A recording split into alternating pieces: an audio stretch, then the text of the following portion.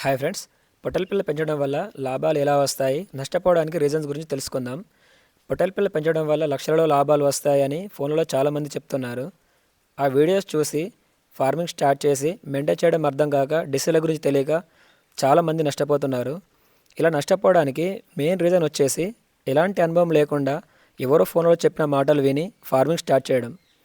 నేను కూడా చాలా వీడియోస్ చూస్తుంటాను. ఒక్కో పొట్టేలు 50,000కు 70,000కు అమ్మినామని చెప్తుంటారు. కానీ నిజానికి మార్కెట్లో అంత రేట్లు ఏమి ఉండవు. అలాంటివి నమ్మి మోసపోకండి. ఫార్మింగ్ చేయాలనుకుంటే ఫస్ట్ దగ్గరలో ఉండే మార్కెట్లో అయితే విజిట్ చేస్తూ ఉండండి. అప్పుడు చిన్నపిల్లల రేట్లు ఎలా ఉన్నాయి, పెద్ద పొట్టేళ్ళకి రేట్లు ఎలా ఉన్నాయని ఒక క్లారిటీ అయితే వస్తుంది. ఫార్మింగ్ స్టార్ట్ చేసిన తర్వాత మనం పెంచిన పొట్టేళ్ళను కూడా ఏ రేట్లకు అమ్ముకుంటే మంచి లాభం వస్తుందని తెలుస్తుంది.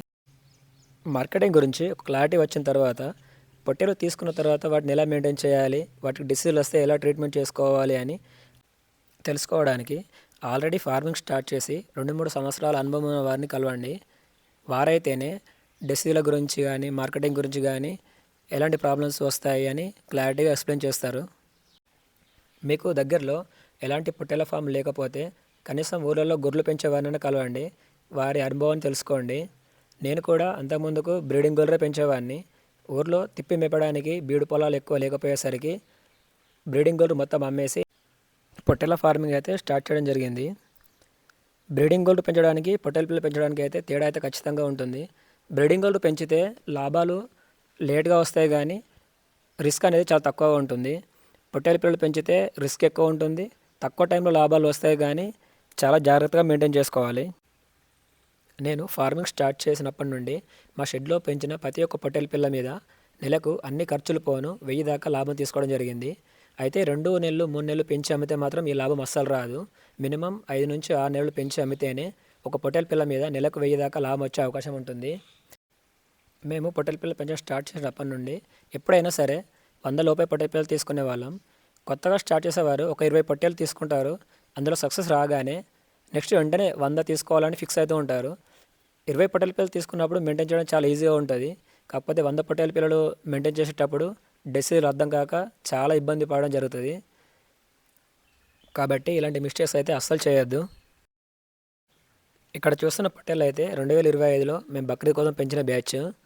3 సంవత్సరాల నుంచి పొట్టేల పిల్లలు పెంచుతున్నాం కాబట్టి కొంచెం అనుభవం వచ్చిన తర్వాతనే 120 పొట్టేల పిల్లలు తీసుకోవడం జరిగింది. అయితే వీటికి ధర వచ్చేసి ఒక్కోదానికి 7,000 దాకా పడడం జరిగింది. ట్రాన్స్పోర్ట్ అయితే మొత్తం 10,000 దాకా అయింది. 50-60 పొట్టేల పిల్లలు పెంచినప్పుడు ఎలాంటి రిస్క్ లేకుండా చాలా సింపుల్గా మెయింటైన్ చేసుకునే వాళ్ళం.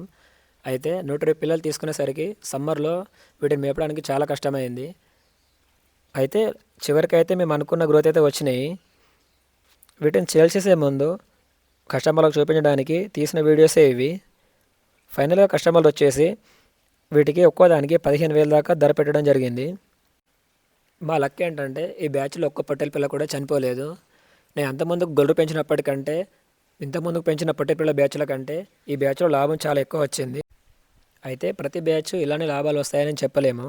కాకపోతే ఈ ఫీల్డ్ వదలకుండా ఇలానే కంటిన్యూ చేస్తూ ఉంటే కస్టమర్ల పరిచయాలు పెరుగుతాయి. అలాగే కొత్త కొత్త ఫార్మర్లు పరిచయం అవుతూ ఉంటారు. కాబట్టి ఖచ్చితంగా లాభాలు వచ్చడానికి ఛాన్స్ చాలా ఎక్కువగా ఉంటుంది. నేను కూడా ఫార్మింగ్ స్టార్ట్ చేసిన తర్వాత చాలా పొట్టేల ఫార్మ్స్ అయితే విజిట్ చేయడం జరిగింది. అయితే ఒక్కొక్కరు 200-300 పొట్టేల పిల్లలు పెంచేవారిని కూడా చూశాను. అయితే వారికి మార్కెటింగ్ ఫుల్ పర్ఫెక్ట్గా తెలిసి ఉంటుంది. అలాగే కస్టమర్లు కూడా పరిచయం అయి ఉంటారు. కాబట్టి వాళ్ళు ఈ ఫీల్డ్ వదలకుండా సంవత్సరాల తరబడి కంటిన్యూ చేస్తున్నారు. లేబర్ని నమ్ముకొని మాత్రం ఎలాంటి పని అస్సలు మొదలుపెట్టద్దు. వాళ్ళు మధ్యలో వదిలిపెట్టి వెళ్ళినప్పుడు చాలా నష్టపోవడం జరుగుతుంది. వర్కర్లు మధ్యలో వెళ్ళిపోయినా కానీ మనం చేసుకోగలమన్న ధైర్యం ఉన్నప్పుడు మాత్రమే ఇలాంటి ఫీల్డ్లోకి రావాలి. పొట్టేల పిల్లలు పెంచడం కానీ, డైరీ ఫామ్ మెయింటైన్ చేయడం, అలాగే పౌల్ట్రీ మెయింటైన్ చేయడం కానీ వర్కర్లను పెట్టుకొని మనం దగ్గర ఉంటేనే మాత్రమే లాభాలు వస్తాయి. లేదంటే అనుకున్న లాభాలు రావడం చాలా కష్టమవుతుంది. కొత్తగా ఫార్మింగ్ స్టార్ట్ చేసేవాళ్ళు షెడ్ల మీద, జీవాల మీద పెద్ద మొత్తంలో ఇన్వెస్ట్మెంట్ పెట్టకుండా చిన్నగా స్టార్ట్ చేసి నాలెడ్జ్ పెరిగిన కొద్దీ ముందుకెళ్తే లాభాలు ఎక్కువ అవడానికి ఛాన్స్ ఉంటుంది. నెక్స్ట్ వీడియోలో 100 పొట్టేళ్లకు ఎంత గడ్డి కావాలి, అలాగే షెడ్ నిర్మాణానికి మొత్తం ఎంత ఖర్చు అవుతుందని తెలుసుకుందాం. ఈ వీడియో నచ్చితే ఛానల్ని సబ్స్క్రైబ్ చేసుకోండి. Thanks for watching.